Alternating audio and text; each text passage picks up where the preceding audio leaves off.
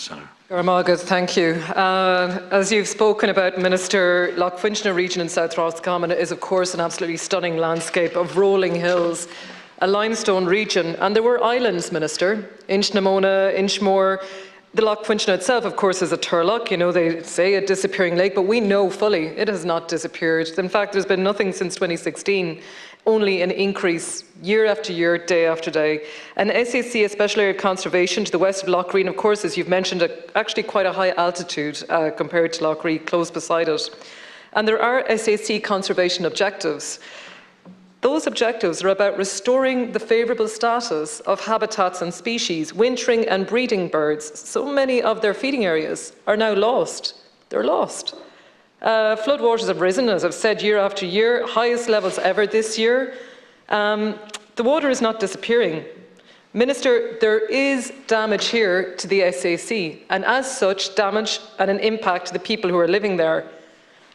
We know that there's a rich environmental heritage there, Minister. And I know that farmers in this area have really been the custodians of that landscape. They have been the custodians of that land and of that area and of that beauty that's been there for generations.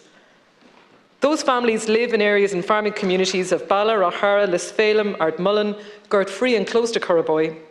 And I've visited, like many people, many of our public representatives, our TDs, our senators and our councillors. We've visited many times over the past number of years. We've regularly met with the Lough Funshinagh Flood Crisis Committee and families in the area.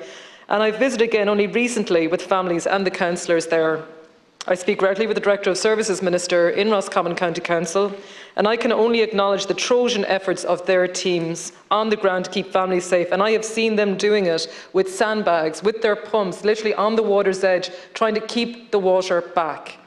An impossible task, you might say, but they have succeeded, even in spite of this literally the highest ever levels that we've seen. 69.3, I think you've mentioned, as the highest this year.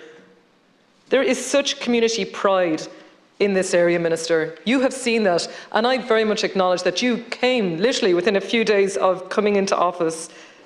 But that community with such pride in their area have had nothing but a roller coaster experience. A roller coaster from flooding devastation to a solution being proposed and progressed to it being halted.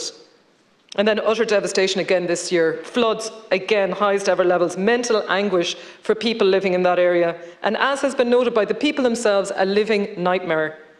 Storm Kathleen, only recently, the 6th of April, caused ferocious waves. Winds driving waves, overtopping into property.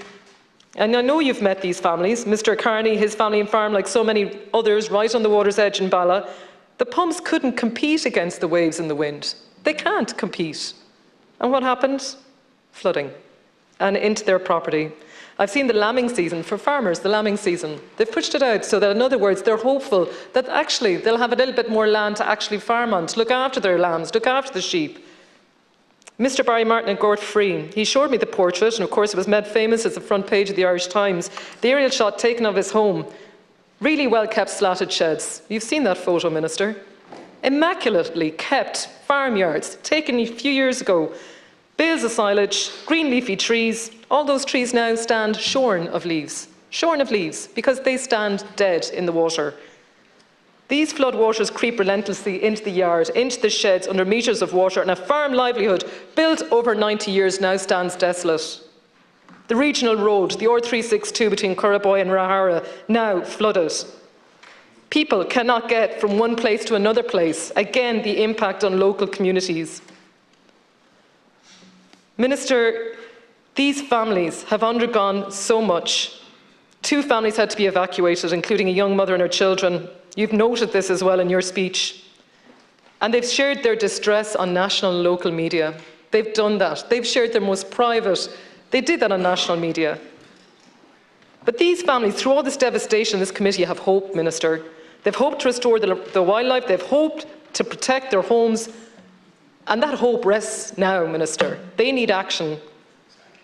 Minister, we spoke in your first few hours in office. And I know within a couple of days you were down to visit them on the 12th of April. I know, as you've mentioned, with the OPW, National Parks and Wildlife, you met with these families, you saw their stories, you saw their experiences, you saw the hell they're living in right now. And it's very clear from Roscommon County Council with Chief Executive Shane Tiernan the amount of investment and work to date. In 2021, investment of 1.2 million, 60% of an overflow pipe in place. But Minister, these habitats have to be restored to favourable status. I know that Taoiseach made this situation a priority for a whole-of-government approach and that Attorney-General advice has now been sought. We need a solution, Minister. It has to protect the habitats and the species of the SAC and the communities that live there.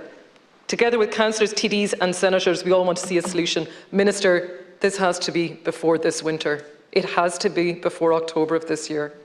Garmagat.